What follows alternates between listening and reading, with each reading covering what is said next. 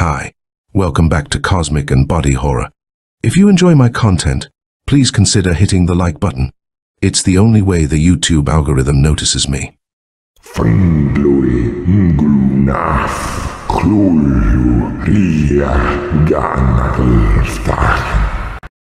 Notebook found in a deserted house by Robert Bloch. Weird Tales, May 1951. First off, I want to write that I never did anything wrong. Not to nobody. They got no call to shut me up here. Whoever they are. They got no reason to do what I'm afraid they're going to do either. I think they're coming pretty soon, because they've been gone outside a long time. Digging, I guess, in that old well. Looking for a gate, I heard. Not a regular gate, of course, but something else. Got a notion what they mean, and I'm scared. I'd look out the windows, but of course they are boarded up, so I can't see. But I turned on the lamp, and I found this here notebook, so I want to put it all down. Then if I get a chance, maybe I can send it to somebody who can help me. Or maybe somebody will find it. Anyway, it's better to write it out as best I can instead of just sitting here and waiting. Waiting for them to come and get me. I better start by telling my name, which is Willie Osborne, and that I am 12 years old last July. I don't know where I was born. First thing I can remember is living out Roodsford Way, out in what folks call the back hill country. It's real lonesome out there, with deep woods all around and lots of mountains and hills that nobody ever climbs. Grandma used to tell me about it when I was just a little shaver. That's who I lived with, just Grandma on account of my real folks being dead. Grandma was the one who taught me how to read and write. I never been to a regular school. Grandma knew all kinds of things about the hills and the woods, and she told me some mighty queer stories. That's what I thought they was, anyway, when I was little and living all alone with her. Just stories, like the ones in books. Like stories about them once hiding in the swamps. That was here before the settlers and the Indians both, and how there were circles in swamps and big stones called altars, where them ones used to make sacrifices to what they worshipped. Grandma got some of the stories from her grandma, she said, about how them ones hid in the woods and swamps because they couldn't stand sunshine, and how the Indians kept out of their way. She said sometimes the Indians would leave some of their young people tied to trees in the forest as a sacrifice, so as to keep them contented and peaceful. Indians knew all about them, and they tried to keep white folks from noticing too much or settling too close to the hills. Them ones didn't cause much trouble, but they might if they was crowded. So the Indians give excuses not for settling, saying there weren't enough hunting and no trails and it was too far off from the coast. Grandma told me that was why not many places was settled even today. Nothing but a few farmhouses here and there. She told me them ones were still alive, and sometimes on certain nights in the spring and fall, you could see lights and hear noises far off on the tops of the hills. Grandma said I had an Aunt Lucy and a Uncle Fred who lived out there right smack in the middle of the hills. Said my PA used to visit them before he got married, and once he heard them beating on a tree drum one night along about Halloween time. That was before he met Ma, and they got married, and she died when I come and he went away. I heard all kinds of stories, about witches and devils and batmen that sucked your blood and haunts, about Salem and Arkham, because I never been to a city and I wanted to hear tell how they were. About a place called Innsmouth with old rotten houses where people hid awful things away in the cellars and the attics. She told me about the way graves was dug deep under Arkham. Made it sound like the whole country was full of haunts. She used to scare me, telling about how some of these things looked, and all, but she never would tell me how them ones looked no matter how much I asked. Said she didn't want me to have any truck with such things. Bad enough she and her kin knew as much as they did. Almost too much for decent God-fearing people. It was lucky for me I didn't have to bother with such ideas, like my own ancestor on my father's side, Mehitabel Osborne, who got hanged for a witch back in the Salem days. So they was just stories to me until last year when Grandma died, and Judge Krubinthorpe put me on the train, and I went out to live with Aunt Lucy and Uncle Fred in the very same hills that Grandma used to tell about so often. You can bet I was pretty excited, and the conductor let me ride with him all the way and told me about the towns and everything. Uncle Fred met me at the station. He was a tall, thin man with a long beard. We drove off in a buggy from the little depot. No houses around there or nothing. Right into the woods. Funny thing about those woods, they were so still and quiet. Gave me the creeps, they were so dark and lonesome. Seemed like nobody had ever shouted or laughed or even smiled in them. Couldn't imagine anyone saying anything there except in whispers. Trees and all was so old too. No animals around or birds. Path kind of overgrown, like nobody used it much ever. Uncle Fred drove along right fast. He didn't hardly talk to me at all, but just made that old horse hump it. Pretty soon we struck into some hills. They was awfully high ones. There was woods on them too, and sometimes a brook come running down, but I didn't see no houses, and it was always dark like at twilight, wherever you looked. Lastly, we got to the farmhouse, a little place, old frame house and barn in a clear space and trees all around, kind of gloomy like.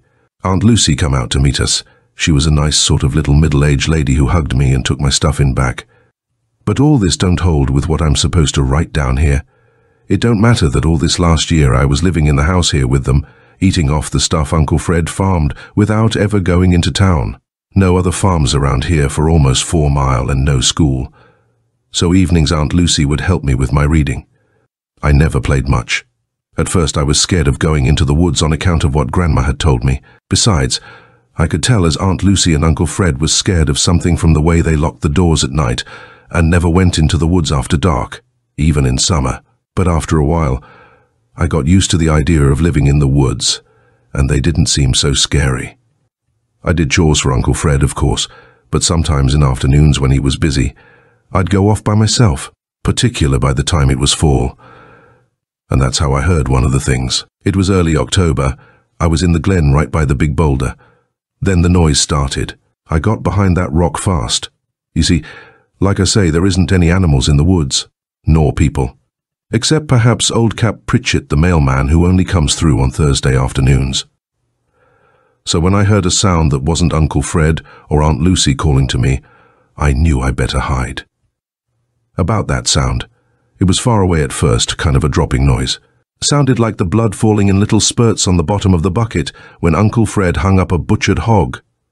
I looked around, but I couldn't make out nothing, and I couldn't figure out the direction the noise was from either. The noise sort of stopped for a minute, and there was only twilight and trees, still as death.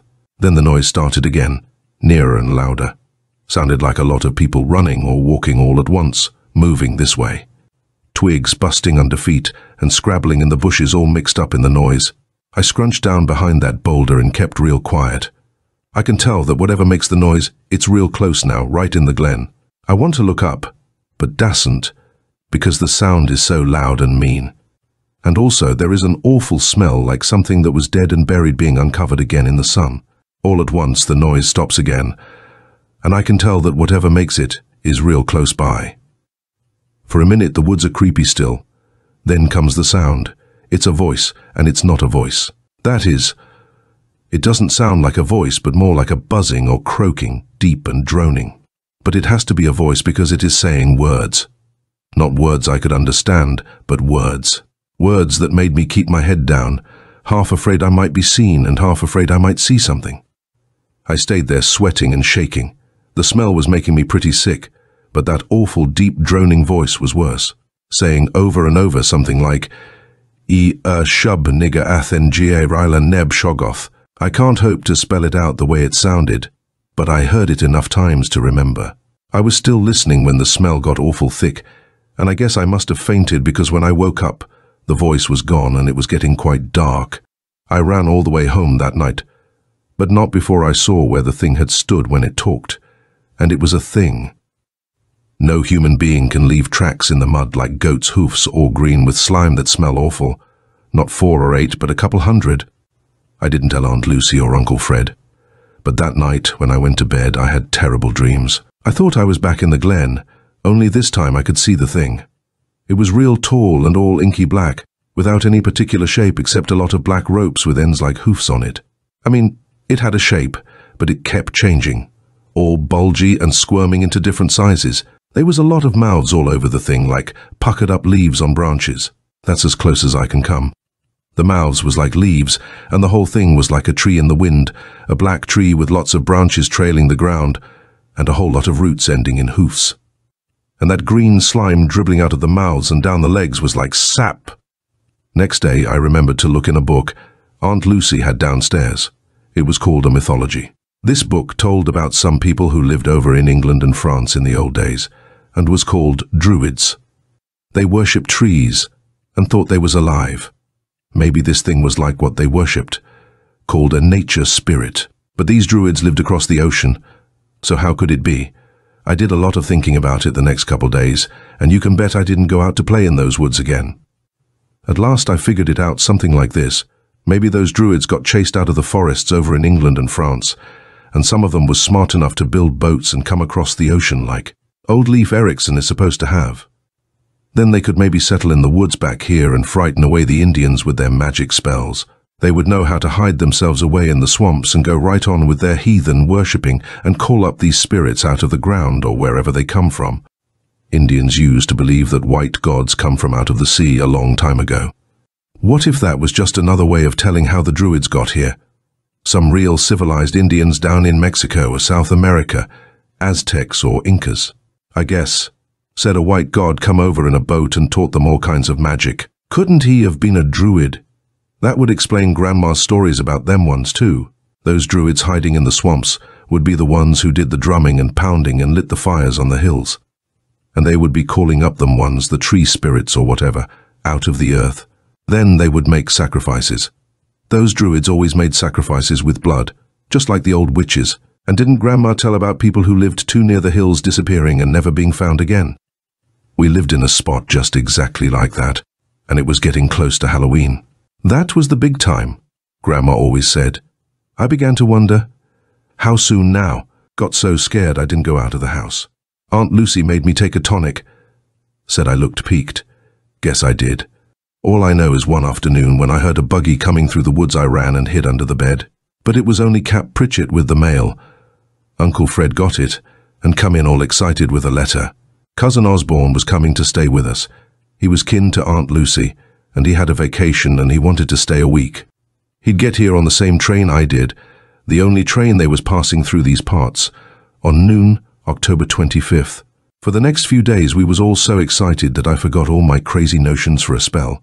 Uncle Fred fixed up the back room for Cousin Osborne to sleep in, and I helped him with the carpenter parts of the job. Days got shorter right along, and the nights was all cold with big winds. It was pretty brisk the morning of the 25th, and Uncle Fred bundled up warm to drive through the woods. He meant to fetch Cousin Osborne at noon, and it was 7 miles to the station. He wouldn't take me, and I didn't beg. Them woods was too full of creaking and rustling sounds from the wind, sounds that might be something else too. Well, he left, and Aunt Lucy and I stayed in the house. She was putting up preserves now, plums, for over the winter season. I washed out jars from the well. Seems like I should have told about them having 2 wells. A new one with a big shiny pump, close to the house. Then an old stone one out by the barn, with the pump gone. It never had been any good, Uncle Fred said. It was there when they bought the place. Water was all slimy. Something funny about it, because even without a pump, sometimes it seemed to back up. Uncle Fred couldn't figure it out, but some mornings water would be running out over the sides. Green, slimy water that smelled terrible. We kept away from it, and I was by the new well, till along about noon when it started in to cloud up. Aunt Lucy fixed lunch, and it started to rain hard with thunder rolling in off the big hills in the west. Seemed to me Uncle Fred and Cousin Osborne was going to have troubles getting home in the storm, but Aunt Lucy didn't fret about it. Just made me help her put up the stock. Come 5 o'clock, getting dark, and still no Uncle Fred. Then we begun to worry. Maybe the train was late, or something happened to the horse or buggy. 6 o'clock, and still no Uncle Fred. The rain stopped, but you could still hear the thunder sort of growling off in the hills, and the wet branches kept dripping down in the woods, making a sound like women laughing. Maybe the road was too bad for them to get through. Buggy might bog down in the mud. Perhaps they decided to stay in the depot overnight. 7 o'clock, and it was pitch dark outside. No rain sounds any more. Aunt Lucy was awful worried. She said for us to go out and post a lantern on the fence rail by the road. We went down the path to the fence. It was dark and the wind had died down. Everything was still, like in the deep part of the woods. I felt kind of scared just walking down the path with Aunt Lucy, like something was out there in the quiet dark someplace, waiting to grab me. We lit the lantern and stood there looking down the dark road. "And what's that?" said Aunt Lucy, real sharp. I listened and heard a drumming sound far away. "Horse and buggy," I said. Aunt Lucy perked up. "You're right," she says, all at once. And it is, because we see it. The horse is running fast, and the buggy lurches behind it, crazy-like. It don't even take a second look to see something has happened, because the buggy don't stop by the gate but keeps going up to the barn with Aunt Lucy and me running through the mud after the horse. The horse is all full of lather and foam, and when it stops it can't stand still. Aunt Lucy and I wait for Uncle Fred and Cousin Osborne to step out, but nothing happens. We look inside. There isn't anybody in the buggy at all. Aunt Lucy says, "Oh," in a real loud voice and then faints. I had to carry her back to the house and get her into bed. I waited almost all night by the window, but Uncle Fred and Cousin Osborne never showed up. Never. The next few days was awful. There was nothing in the buggy for a clue like to what happened, and Aunt Lucy wouldn't let me go along the road into town or even to the station through the woods. The next morning the horse was dead in the barn, and of course we would have had to walk to the depot or all those miles to Warren's farm. Aunt Lucy was scared to go and scared to stay, and she allowed us how, when Cap Pritchett comes by, we had best go with him over to town and make a report, and then stay there until we found out what happened. Me, I had my own ideas what happened. Halloween was only a few days away now, and maybe them ones had snatched Uncle Fred and Cousin Osborne for sacrifice. Them ones or the Druids. The mythology book said Druids could even raise storms if they wanted to with their spells. No sense talking to Aunt Lucy though. She was like out of her head with worry anyway, just rocking back and forth and mumbling over and over, "They're gone, and Fred always warned me, and no use, no use." I had to get the meals and tend to stock myself, and nights it was hard to sleep, because I kept listening for drums. I never heard any though, but still it was better than sleeping and having those dreams. Dreams about the black thing like a tree, walking through the woods, and sort of rooting itself to one particular spot, so it could pray with all those mouths. Pray down to that old god in the ground below. I don't know where I got the idea that was how it prayed, by sort of attaching its mouths to the ground. Maybe it was on account of seeing the green slime. Or had I really seen it? I'd never gone back to look. Maybe it was all in my head. The Druid story and about them ones and the voice that said Shoggoth and all the rest. But then, where was Cousin Osborne and Uncle Fred? And what scared the horse so it up and died the next day? Thoughts kept going round and round in my head, chasing each other, but all I knew was we'd be out of here by Halloween night. Because Halloween was on a Thursday, and Cap Pritchett would come and we could ride to town with him. Night before I made Aunt Lucy pack and we got all ready, and then I settled down to sleep. There was no noises, and for the first time I felt a little better. Only the dreams come again. I dreamed a bunch of men come in the night and crawled through the parlor bedroom window where Aunt Lucy slept and got her. They tied her up and took her away, all quiet, in the dark, because they had cat eyes and didn't need light to see. The dream scared me, so I woke up while it was just breaking into dawn. I went down the hall to Aunt Lucy right away. She was gone. The window was wide open like in my dream, and some of the blankets was torn. Ground was hard outside the window, and I didn't see footprints or anything. But she was gone. I guess I cried then. It's hard to remember what I did next. Didn't want breakfast. Went out hollering Aunt Lucy and not expecting any answer. I walked to the barn and the door was open and the cows were gone.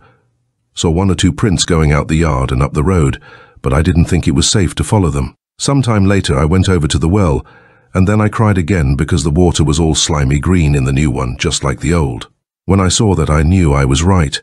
Them ones must have come in the night, and they wasn't even trying to hide their doings anymore, like they was sure of things. Tonight was Halloween. I had to get out of here.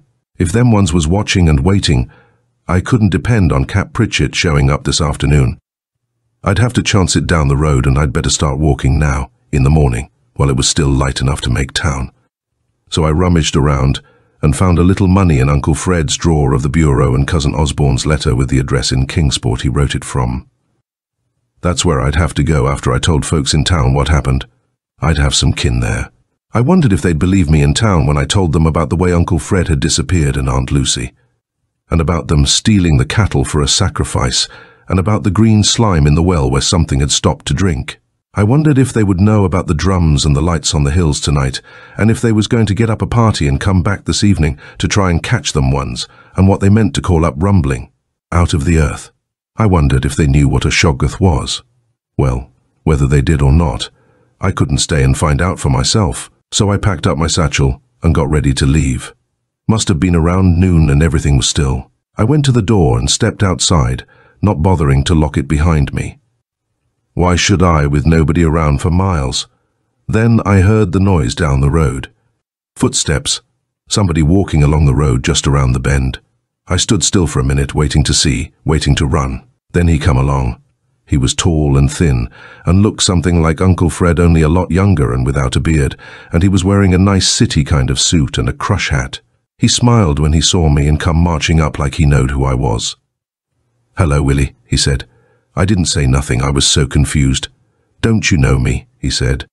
"I'm Cousin Osborne, your cousin Frank." He held out his hand to shake. "But then I guess you wouldn't remember, would you? Last time I saw you, you were only a baby." "But I thought you were supposed to come last week," I said. "We expected you on April 25th, 2024. Didn't you get my telegram?" he asked. "I had business." I shook my head. "We never get nothing here unless the mail delivers it on Thursdays.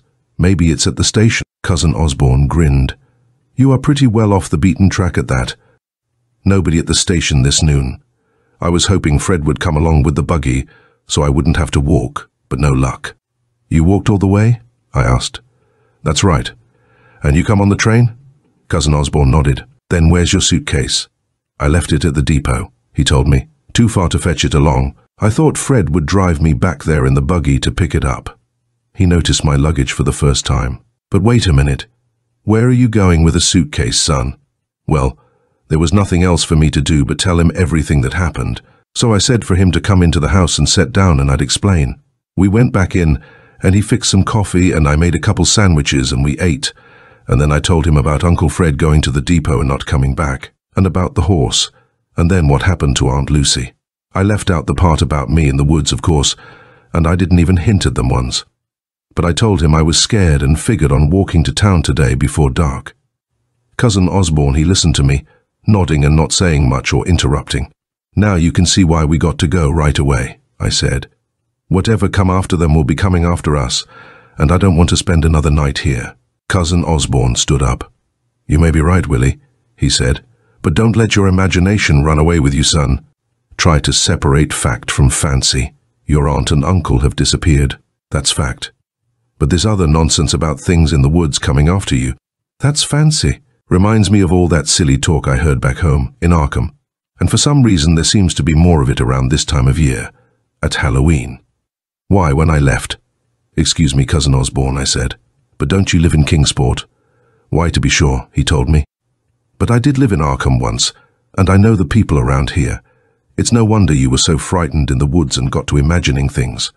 As it is, I admire your bravery. For a 12-year-old, you've acted very sensibly." "Then let's start walking," I said. "Here it is almost 2, and we better get moving if we want to make town before sundown." "Not just yet, son," Cousin Osborne said. "I wouldn't feel right about leaving without looking around and seeing what we can discover about this mystery. After all, you must understand that we can't just march into town and tell the sheriff some wild nonsense about strange creatures in the woods making off with your aunt and uncle. Sensible folks just won't believe such things. They might think I was lying and laugh at me. Why, they might even think you had something to do with your aunt and uncles." "Well, leaving." "Please," I said. "We got to go, right now." He shook his head. I didn't say any more. I might have told him a lot, about what I dreamed and heard and saw and knew, but I figured it was no use. Besides, there was some things I didn't want to say to him now that I had talked to him. I was feeling scared again. First he said he was from Arkham, and then when I asked him he said he was from Kingsport, but it sounded like a lie to me. Then he said something about me being scared in the woods, and how could he know that? I never told him that part at all. If you want to know what I really thought, I thought maybe he wasn't really Cousin Osborne at all. And if he wasn't, then who was he? I stood up and walked back into the hall. "Where you going, son?" he asked. "Outside. I'll come with you." Sure enough, he was watching me. He wasn't going to let me out of his sight. He came over and took my arm, real friendly, but I couldn't break loose. "No!" He hung on to me. He knew I meant to run for it. What could I do? All alone in the house in the woods with this man, with night coming on, Halloween night, and them ones out there waiting. We went outside, and I noticed it was getting darker already, even in afternoon. Clouds had covered up the sun, and the wind was moving the trees so they stretched out their branches, like they was trying to hold me back. They made a rustling noise, just as if they were whispering things about me, and he sort of looked up at them and listened. Maybe he understood what they were saying. Maybe they were giving him orders. Then I almost laughed, because he was listening to something and now I heard it too. It was a drumming sound, on the road. "Cap Pritchett," I said. "He's the mailman. Now we can ride to town with him in the buggy." "Let me talk to him," he says, "about your aunt and uncle.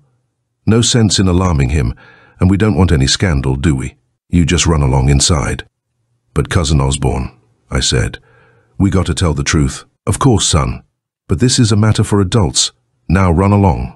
I'll call you." He was real polite about it, and even smiled. But all the same, he dragged me back up the porch and into the house and slammed the door.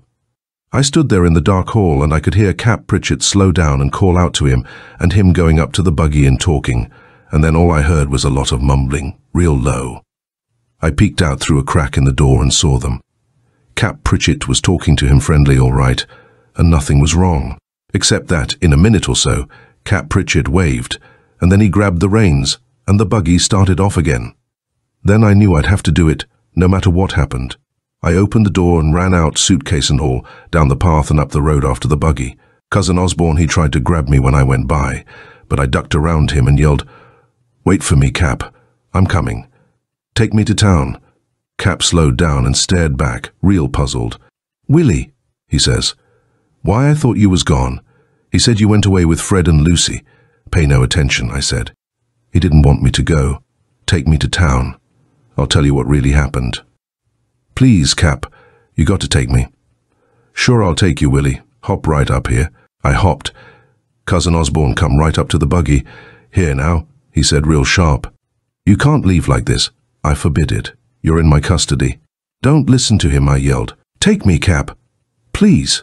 "Very well," said Cousin Osborne. "If you insist on being unreasonable, we'll all go. I cannot permit you to leave alone." He smiled at Cap. "You can see the boy is unstrung," he said, "and I trust you will not be disturbed by his imaginings. Living out here like this, well, you understand, he's not quite himself. I'll explain everything on the way to town." He sort of shrugged at Cap and made signs of tapping his head. Then he smiled again, and made to climb up next to us in the buggy seat. But Cap didn't smile back. "No, you don't," he said. "This boy Willie is a good boy. I know him. I don't know you. Looks as if you'd done enough explaining already, mister, when you said Willie had gone away. But I merely wanted to avoid talk. You see, I've been called in to doctor the boy. He's mentally unstable." "Stables be damned." Cap spit out some tobacco juice right at Cousin Osborne's feet. "We're going." Cousin Osborne stopped smiling. "Then I insist you take me with you," he said, and he tried to climb into the buggy. Cap reached into his jacket, and when he pulled his hand out again, he had a big pistol in it. "Get down," he yelled. "Mister, you're talking to the United States Mail and you don't tell the government nothing, understand? Now get down before I mess your brains all over this road." Cousin Osborne scowled, but he got away from the buggy fast. He looked at me and shrugged. "You're making a big mistake, Willie," he said. I didn't even look at him. Cap said, "Gee up," and we went off down the road. The buggy wheels turned faster and faster, and pretty soon the farmhouse was out of sight, and Cap put his pistol away and patted me on the shoulder. "Stop that trembling, Willie," he said. "You're safe now. Nothing to worry about. Be in town little over an hour or so. Now you just sit back and tell old Cap all about it." So I told him. It took a long time. We kept going through the woods, and before I knew it, it was almost dark. The sun sneaked down and hid behind the hills. The dark began to creep out of the woods on each side of the road, and the trees started to rustle, whispering to the big shadows that followed us. The horse was clipping and clopping along, and pretty soon there were other noises from far away. Might have been thunder and might have been something else, but it was getting nighttime for sure, and it was the night of Halloween. The road cut off through the hills now, and you could hardly see where the next turn would take you. Besides, it was getting dark awful fast. "Guess we're in for a spell of rain," Cap said, looking up. "That's thunder, I reckon." "Drums," I said. Drums? At night in the hills you can hear them, I told him. I heard them all this month. It's them ones, getting ready for the Sabbath. Sabbath? Cap looked at me. Where you hear tell about a Sabbath? Then I told him some more about what had happened. I told him all the rest. He didn't say anything, and before long he couldn't have answered me anyway, because the thunder was all around us, and the rain was lashing down on the buggy, on the road. Everywhere. It was pitch black outside now, and the only time we could see was when lightning flashed. I had to yell to make him hear me. Yell about the things that caught Uncle Fred and come for Aunt Lucy. The things that took our cattle and then sent Cousin Osborne back to fetch me. I hollered out about what I heard in the wood too. In the lightning flashes I could see Cap's face. He wasn't smiling or scowling. He just looked like he believed me, and I noticed he had his pistol out again and was holding the reins with one hand, even though we were racing along. The horse was so scared he didn't need the whip to keep him running. The old buggy was lurching and bouncing, and the rain was whistling down in the wind, and it was all like an awful dream, but it was real. It was real when I hollered out to Cap Pritchett about that time in the woods. "Shoggoth!" I yelled. "What's a Shoggoth?" Cap grabbed my arm, and then the lightning come and I could see his face, with his mouth open, but he wasn't looking at me. He was looking at the road and what was ahead of us. The trees sort of come together, hanging over the next turn, and in the black it looked as if they were alive, moving and bending and twisting to block our way. Lightning flickered up again and I could see them plain, and also something else. Something black in the road, something that wasn't a tree, something big and black, just squatting there, waiting, with ropey arms squirming and reaching. "Shoggoth!" Cap yelled, but I could scarcely hear him because the thunder was roaring, and now the horse let out a scream and I felt the buggy jerk to one side, and the horse reared up and we was almost into the black stuff. I could smell an awful smell, and Cap was pointing his pistol, and it went off with a bang that was almost as loud as the thunder, and almost as loud as the sound we made when we hit the black thing. Then everything happened at once. The thunder, the horse falling, the shot, and us hitting as the buggy went over. Cap must have had the reins wrapped around his arm, because when the horse fell and the buggy turned over, he went right over the dashboard head first and down into the squirming mess that was the horse, and the black thing that grabbed it. I felt myself falling in the dark, then landing in the mud and gravel of the road. There was thunder and screaming and another sound, which I had heard only once before in the woods, a droning sound like a voice. That's why I never looked back. That's why I didn't even think about being hurt when I landed. Just got up and started to run down the road, fast as I could. Run down the road in the storm and the dark, with the trees squirming and twisting and shaking their heads while they pointed at me with their branches and laughed. Over the thunder I heard the horse scream, and I heard Cap scream too, but I still didn't look back. The lightning winked on and off, and I ran through the trees now because the road was nothing but mud that dragged me down and sucked at my legs. After a while I began to scream too, but I couldn't even hear myself for thunder. And more than thunder, I heard drums. All at once I busted clear of the woods and got to the hills. I ran up, and the drumming got louder, and pretty soon I could see regular, not just when there was lightning. Because there was fires burning on the hill, and the booming of the drums come from there. I got lost in the noise. The wind shrieking and the trees laughing, and the drums pounding. But I stopped in time. I stopped when I saw the fires plain, red and green fires burning in all that rain. I saw a big white stone in the center of a cleared-off space on top of the hill. The red and green fires was around and behind it, so everything stood out clear against the flames. There was men around the altar, men with long grey beards and wrinkled-up faces, men throwing awful-smelling stuff on the fires to make them blaze red and green. And they had knives in their hands, and I could hear them howling over the storm. In back, squatting on the ground, more men pounded on drums. Pretty soon something else come up the hill, 2 men driving cattle. I could tell it was our cows they drove them right up to the altar, and then the men with the knives cut their throats for a sacrifice. All this I could see in lightning flashes and in the firelights, and I sort of scooched down so I couldn't get spotted by anyone. But pretty soon I couldn't see very good anymore, on account of the way they threw stuff on the fire. It set up a real thick black smoke. When this smoke come up, the men began to chant and pray louder. I couldn't hear words, but the sounds was like what I heard back in the woods. I couldn't see too good, but I knew what was going to happen. 2 men who had led the cattle went back down the other side of the hill, and when they come up again they had new sacrifices. The smoke kept me from seeing plain, but these was 2-legged sacrifices, not 4. I might have seen better at that, only now I hid my face when they dragged them up to the white altar and used the knives.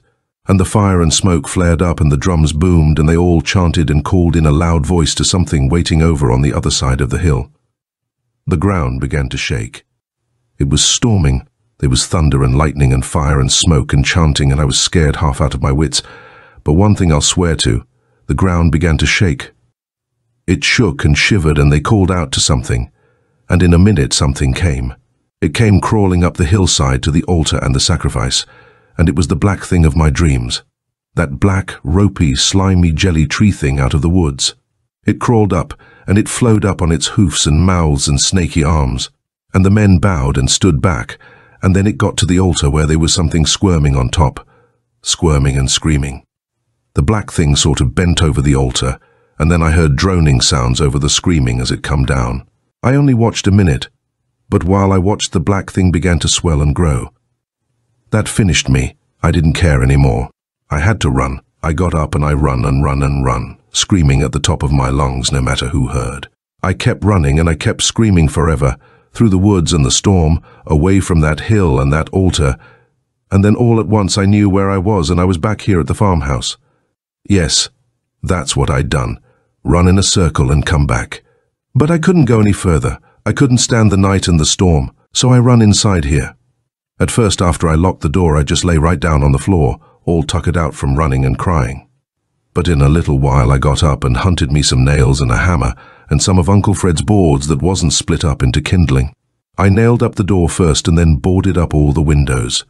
Every last one of them. Guess I worked for hours, tired as I was. When it was all done, the storm died down and it got quiet. Quiet enough for me to lie down on the couch and go to sleep. Woke up a couple of hours ago. It was daylight. I could see it shining through the cracks. From the way the sun come in, I knew it was afternoon already. I'd slept through the whole morning and nothing had come. I figured now maybe I could let myself out and make town on foot, like I'd planned yesterday. But I figured wrong.